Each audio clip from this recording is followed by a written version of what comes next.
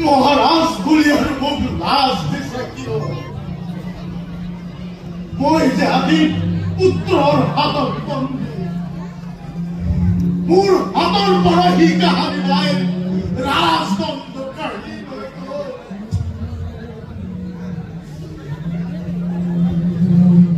নহলে অক্ৰুৰ মই এতিয়াও মথুৰাৰ ৰজা হৈ থকা হলে মথুৰাত যেন প্ৰজাৰ বৃন্দ সকল পাবিলে ধান বহ পাবিলে হেতে সঁচাকৈ মথুৰা কণ্ঠৰ কঠোৰ হাত মথুৰাবাসী জৰ্জৰিত যাদৱসকলৰ নেতা বসুদেৱ পণ্ডিত প্ৰজাসকলৰ সকলো ন্যায্য অধিকাৰ ধৰিয়ে তোষামোদকাৰী ৰাজ কৰ্মচাৰীসকলৰ স্বেচ্ছাচাৰিতা সকলো প্ৰকাৰে প্ৰশ্ৰয় কংসই আজি গাৰ বলেৰে ৰাজ্য শাসন কৰিছে ন্যায় বিচাৰ পাবলৈ গৈ প্ৰজাসকলে গৈ ৰজাৰ আগত অভিযোগ কৰিলে নিজেই সৰ্বচালিত সৰ্বহাৰা হৈ চকু পানী টুকি উলটি আহিব লাগে ইয়াৰ প্ৰতিকাশ কোনে কৰিব মহাৰাজ সকলো মথুৰাবাসী প্ৰজা সলনি মই আপোনাক কাৰ্টুবাদ কৰি মিনতি কৰি কৈছো আপুনি এবাৰ কংসক শেষ অনুৰোধ কৰি চাওক মহাৰাজ একো লাভ নাই যদি আজি পিতৃৰ কথা পুত্ৰই বুজিলেহেঁতেন যদি আজি প্ৰজাৰ নিবেদনত ৰজাই কাম দিলেহেঁতেন তেন্তে জানো এই লাগে তেন্তে জানো মহন্ত বসুদেৱ আৰু হতভাগিনী দৈত্যকীৰ বিনা দুখী অজান নিশাই চাৰি শিশুৱে অকালতে জবৰ আৱৰি হ'ব লাগে মহাৰাজ উত্তৰখেনৰ অনুৰোধ আজি এটা সামান্য প্ৰহৰী পালন কালি মই সমাজত জানিব পাৰিছো ভগৱান নাৰায়ণে আমাৰ যদুবংশত জন্মগ্ৰহণ কৰিব আৰু লগে লগে মনত পৰিছে সেই দৈত্যবাণী কথা দৈত্যবাণীয়ে সঁচা হওক দৈত্যবাণীয়ে সঁচা হওক মোৰ এজন পুত্ৰৰ কল্যাণত শত সহস্ৰাক্ষ পুত্ৰৰ কল্যাণ হওক ঈশ্বৰৰ ওচৰত দিনে ৰাতিয়ে মই তাকেই প্ৰাৰ্থনা কৰোঁ মথুৰাবাসী আজি বিনা কাৰণত আপোনাৰ নিচিনা পিতৃ বৎসল মৰমীয়া ধীপতি হাতত পৰা মথুৰাবাসী বঞ্চিত ঈশ্বৰে আপোনাক দীৰ্ঘজীৱী কৰক পুনৰ আপোনাৰ তলত থাকিব পাৰিলে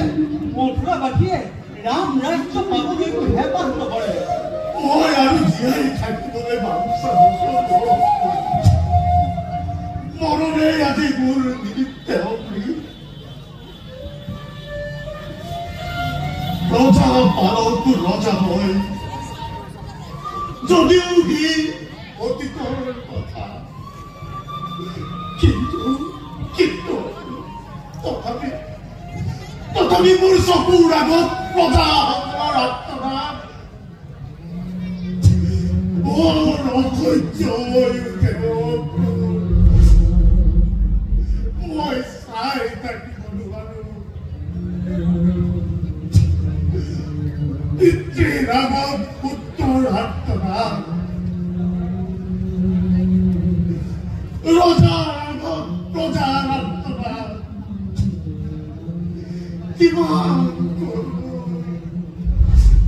কিমান মণ্ডলী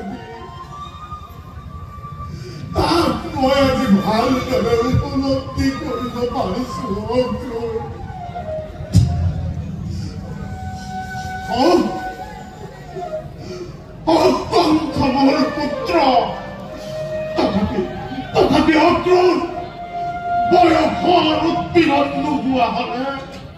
হৰিমধ্যে কাৰণ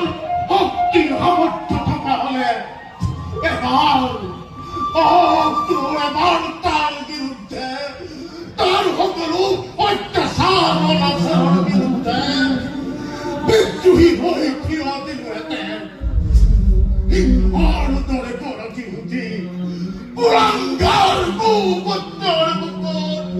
তীক্ষ্ণ সখী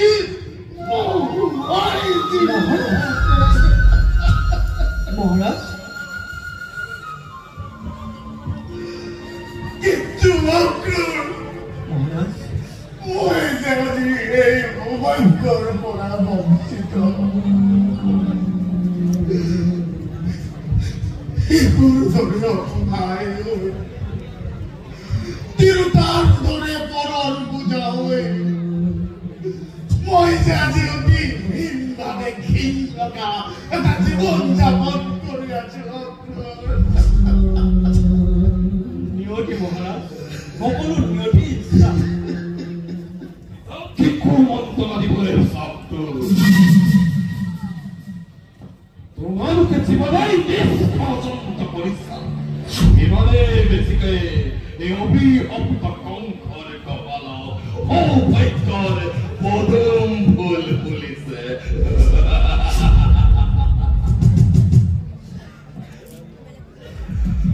তোমালোকৰ দৰে আজি কংসৰ ৰাজসন্তেকবোৰত স্বয়ং জয় লক্ষ্মীও বন্দী।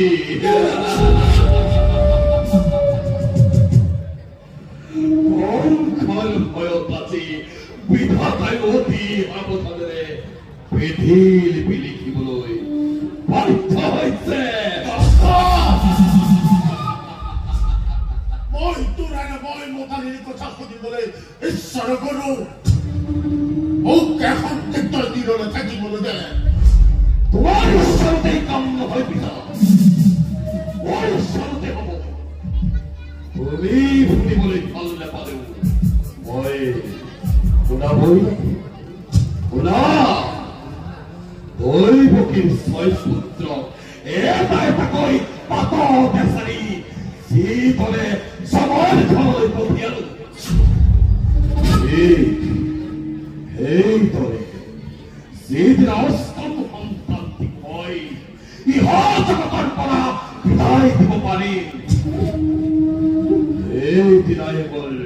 আনন্দপূৰ্ণ গতি হ'ব। এই সুৰক্ষা অতি ওচৰত দৈৱকীৰ আত্ম পথৰ কাল অতি ওচৰত পিতা। দৈৱকীৰ দুখ কি দুখত তেওঁলোক বন্দী। কেৱল বন্দীৰে নহয় পিতা পহৰীয়াৰ সতৰ্ক দৃষ্টিত দুয়োজন শৃংখলাবদ্ধ। একো চিন্তা নকৰিব পিতা কংসৰ বানাৱলী আগমনৰ উপলক্ষে যোগ্য আদৰ অৰ্পণা সকলো আয়োজনে প্ৰায় সম্পূৰ্ণ। এই শুভদিন এই শুভক্ষণৰ অপেক্ষা হতবৎস ৰক্ষেও শান্তি মধুৰ কণ্ঠয়ো নিজেই বিনীত ৰজনী যাপন কৰিছে।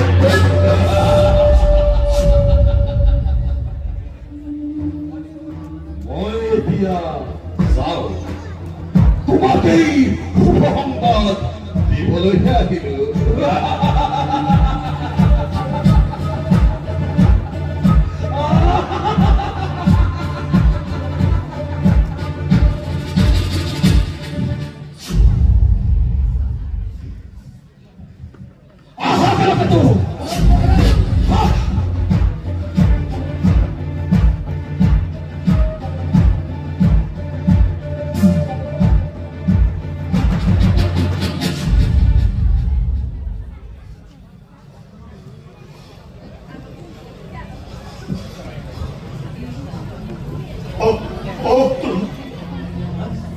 শত্ৰুৰ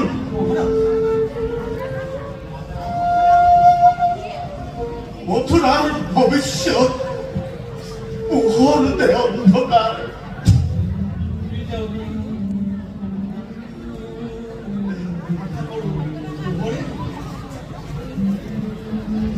শত্ৰুৰ যদু বংশৰ পূৰ্বপুৰুষসকলে সৰগত থাকি আমাক এনেদৰে ভূমিকা দিব লাগে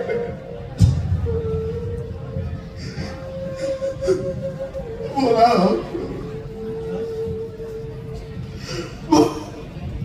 তুমি লৈ বলা মই আৰু স্থিৰে থাকিব নোৱাৰো মোক তুমি ভুৱাই দিয়া লৈ বলা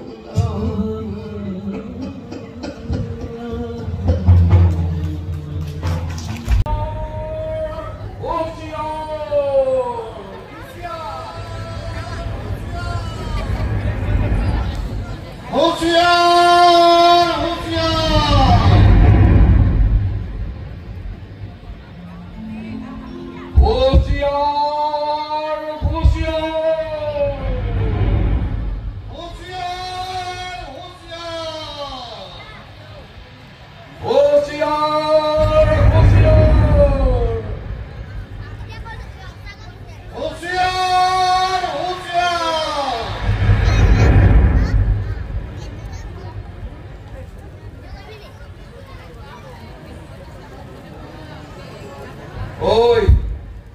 আজি অষ্টমী তিথি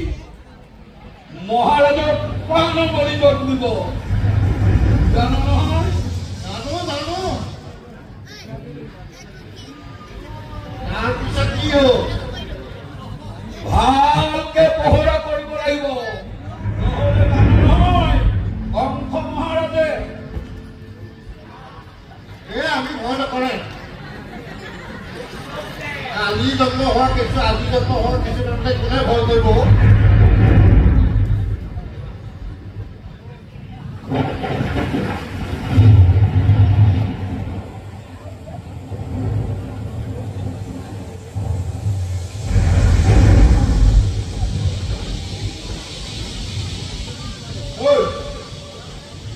এইকেইদিন একেৰাহে পহৰা গুটি দেখাবলৈ অকণমান জিৰণি লৈ লওঁ তই পহৰা দিবি দেই চিন্তা নাই মই আছো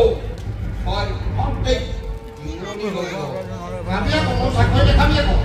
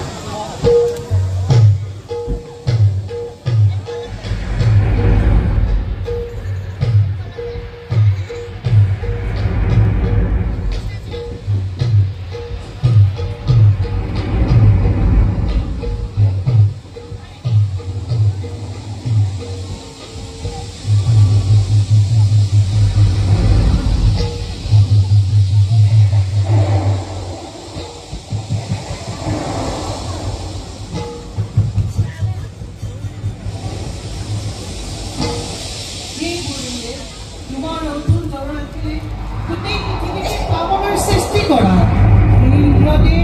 তোমাৰ ব্ৰজ নিমাদেৰে গোটেই পৃথিৱীতে আতংকৰ সৃষ্টি কৰা,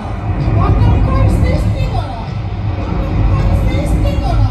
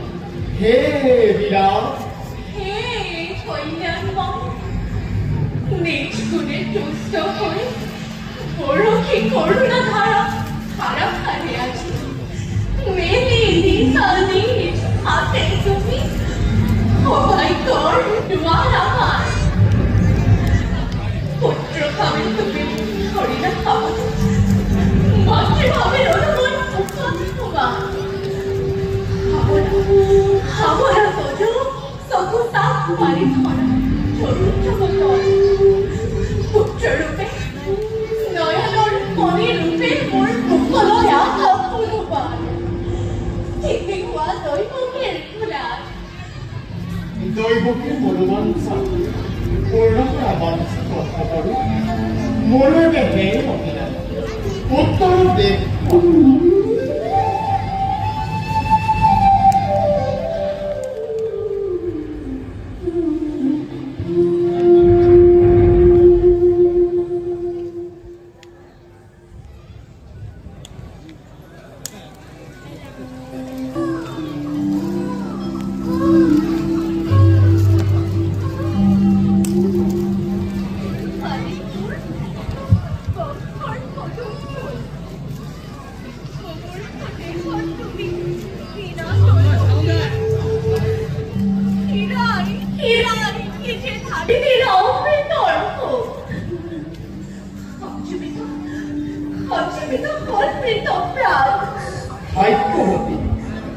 ভাগ্যবতী জমিদার দৈত্যকে মগুলিয়া কন্যাই দরকার লবলৈ প্রাণ করে করত কেবল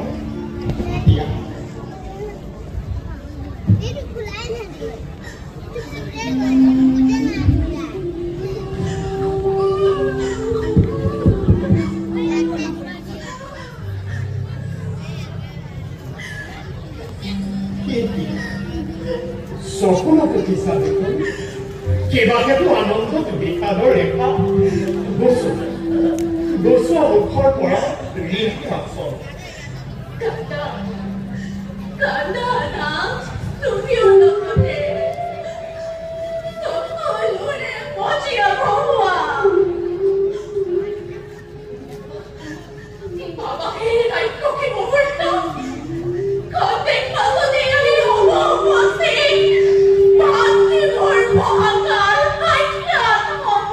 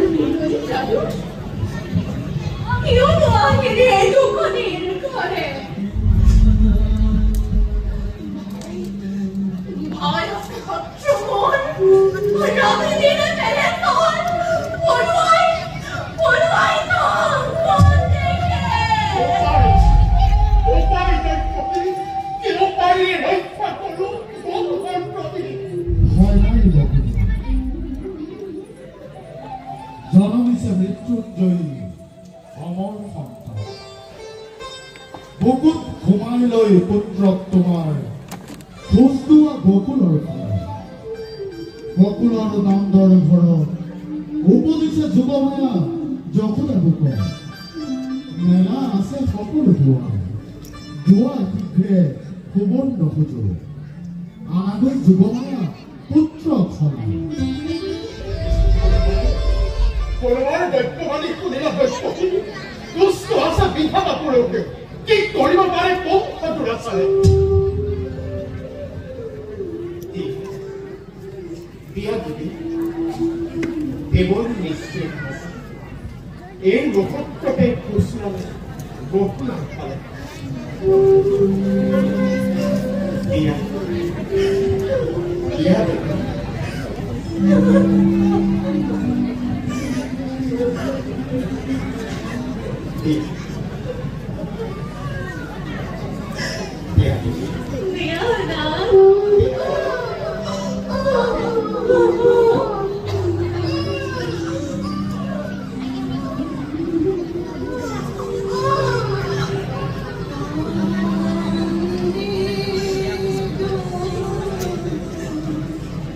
Oh